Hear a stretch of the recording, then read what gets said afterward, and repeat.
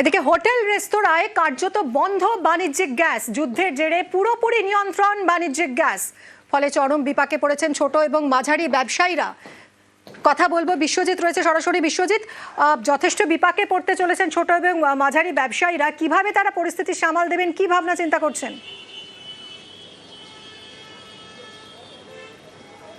একদমই, রাস্তার ফুড খাবার দোকান অর্থাৎ কলকাতার স্ট্রিট ফুড, তারা সবথেকে সংকটে পড়তে চলেছেন এবং খুব বেশি সংকটে তারা পড়বেন, কারণ ইতিমধ্যেই বাণিজ্যিক গ্যাস তার সরবরাহ কার্যত বন্ধ হতে চলেছে এবং সেই কারণে ইতিমধ্যেই যে গ্যাস তাদের প্রয়োজন হয় তার 50% গ্যাস তারা পেয়েছেন। আজ আগামীকাল কি পাবেন তাই নিয়ে অনিশ্চিত রয়েছে। ইতিমধ্যেই গোডাউনের যারা কর্মী তারা বলছেন যে আজ আগামীকাল প্ল্যান্ট থেকে কোনো গাড়ি আসা বন্ধ হয়ে গেছে।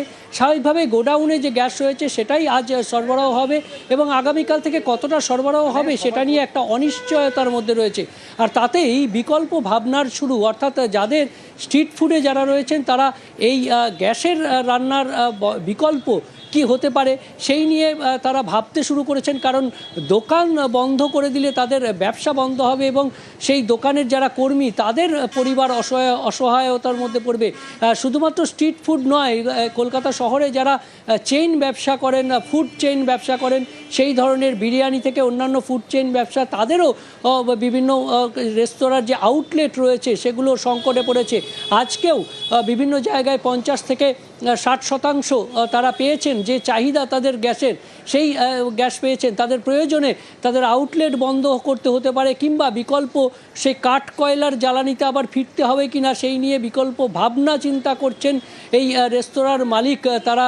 কিন্তু সবথেকে প্রশ্ন উঠছে, এই ধরনের চেইন রেস্তোরাঁতে বেশ কয়েকশো কর্মী কাজ করেন, তাদের পরিবারের কি হবে? যদি কোনো চেইন রেস্তোরাঁ বন্ধ করে দিতে হয় তাহলে সেই কর্মীরা কাজ হারাবেন।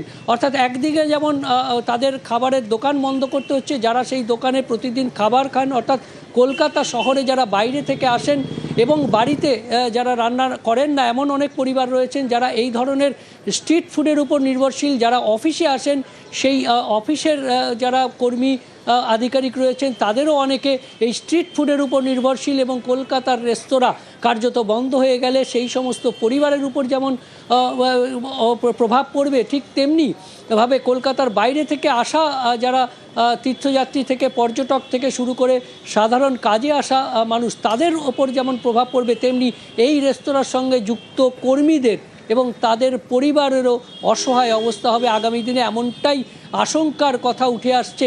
এবং বিকল্প ভাবনার কথা ভাবতে শুরু করেছেন ইতিমধ্যেই রেস্তোরাঁ এবং স্ট্রিট ফুডের যারা কর্মকর্তা রয়েছেন, যে গ্যাস ছাড়া বিকল্প কি পদ্ধতিতে তারা এই ধরনের যে বিকল্প রান্নার একদমই কিভাবে কি বিকল্প ব্যবস্থা করা যায় সেই নিয়েই এই মুহূর্তে চিন্তায় রয়েছেন ছোট এবং মাঝারি ব্যবসায়ীরা। পার ডে যা সিচুয়েশন চলছে গ্যাসের, এখান থেকে যাচ্ছি তো বাড়ির খোঁজ, কী গো গ্যাসের এই চিন্তা, দোকানে আসছি তো গ্যাসের কি হবে, এই সিলিন্ডার রয়েছে 2300 টাকা কথা চলছে, তো আশা করছি এটা 2400 টাকায় পৌঁছাবে। প্রত্যেকটা গোলাগুলিতে যেন দামের বৃদ্ধি পাচ্ছে আমাদের এই জায়গায়। যতদিন না যুদ্ধ শান্ত হয় ততদিন আমরা টালবহন 100 করে বাড়তে বাড়তে কোথায় যে গ্যাসের দাম যাবে সেটা বলা খুবই নিশ্চিন্ত নয়। ডেফিনেটলি পুরনো জ্বালানিতে ফিরে যেতে হবে, তবে অল্প মাত্র, যদি এরকম সিচুয়েশন হয় ব্যবসা বন্ধের দিকেই চলে যেতে পারে।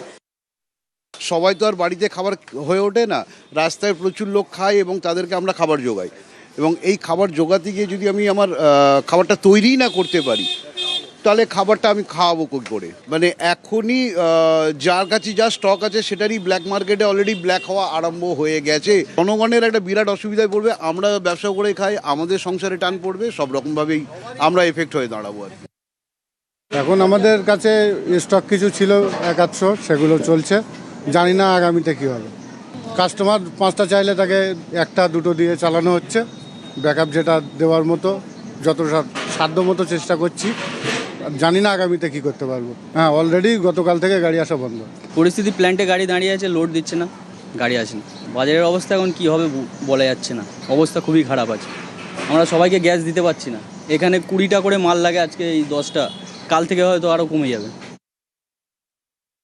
আমরা খুবই সংকটে পড়ে গেছি, আমাদের যা রিকোয়ারমেন্ট গ্যাসের তার 50% পাচ্ছি, আজ থেকে বলছে গ্যাসওয়ালা গ্যাস দিতে পারবো না। যেখানে যেখানে গ্যাসের প্রোডাক্ট হতো, হলদিয়া, বজবজ আর আপনার কল্যাণী, ওখানে প্রোডাকশন বন্ধ হয়ে গেছে, এটা লাস্ট আমাদের দিয়েছে। এখন বিকল্প কী করা যায় তার চিন্তাভাবনা আজকেই আমরা করছি। অন্যান্য অনেক রেস্টুরেন্ট বন্ধ হয়ে গেছে অলরেডি গ্যাসের জন্য, কিছু কিছু আউটলেট বন্ধ করে দেবো। অনেক স্টাফ আমাদের প্রায় 700 স্টাফ আছে আমার, ও স্টাফগুলো কোথায় যাবে? আমাদেরকে চিন্তাভাবনা করা হচ্ছে যদি কাঠ কয়লা দিয়ে করা যায়, কাঠ কয়লা এমনি তো আমাদের উনুন নই কাঠের, সব তো গ্যাসের উনুন। আমাদেরকে আজই হয়তো লঞ্চ করতে হবে, উনুন আনতে হবে, আজকেই আমাদের কাঠ জোগাড় করতে হবে, কালকের জন্য প্রস্তুতি নিতে হবে।